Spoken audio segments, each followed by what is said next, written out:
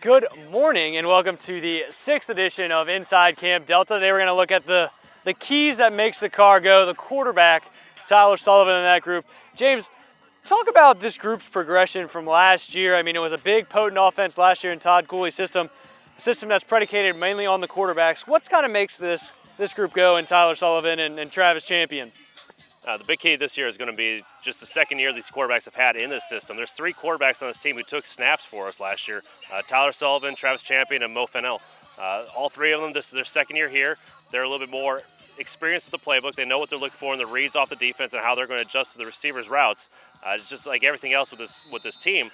We're year two, we're a year better. We're going to be a little bit more dangerous. Let's talk about year two. It's also the year two of Tyler Sullivan's career at Delta State. Only a sophomore. Talk about what he kind of needs to work on to take his game to that next level. Tyler kind of came to the team late last year on the field. He was going to be, he was held as a redshirt until about halfway through the year, and the coaching staff just realized there's something special about the kid. We needed to start playing him. He picked up played 7 games. I think he started 5 or 6 of those. Threw for over 1,700 yards, 15 scores, added another 150 yards rushing, and 4 more touchdowns on the ground himself.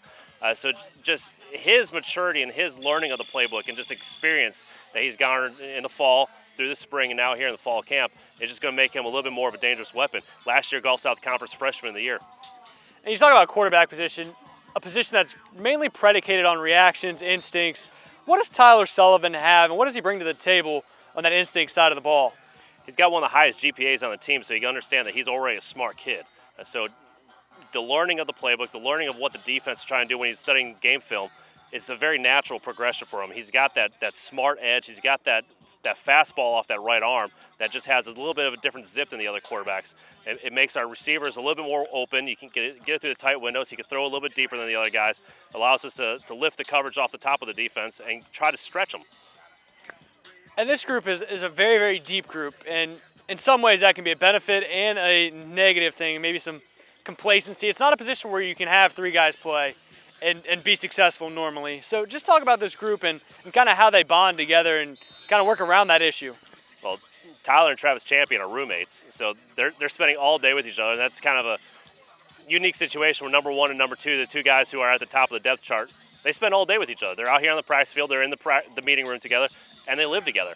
And I think Champ, starting off last year as a starter, can kind of lead a little experience. He's been at a couple other schools before coming here. But Champ threw for 76% of his passes last year he completed. He added 10 touchdowns himself, threw for over 1,400 yards. So he has a little bit more of the experience that he can also be a mentor to Tyler, even though he's sitting behind him on the depth chart. And this is the spot that Todd Cooley, when he took over, really wanted to improve. And you can kind of see the improvement from year 1. What's the kind of ceiling for this group in year 2 of this offense?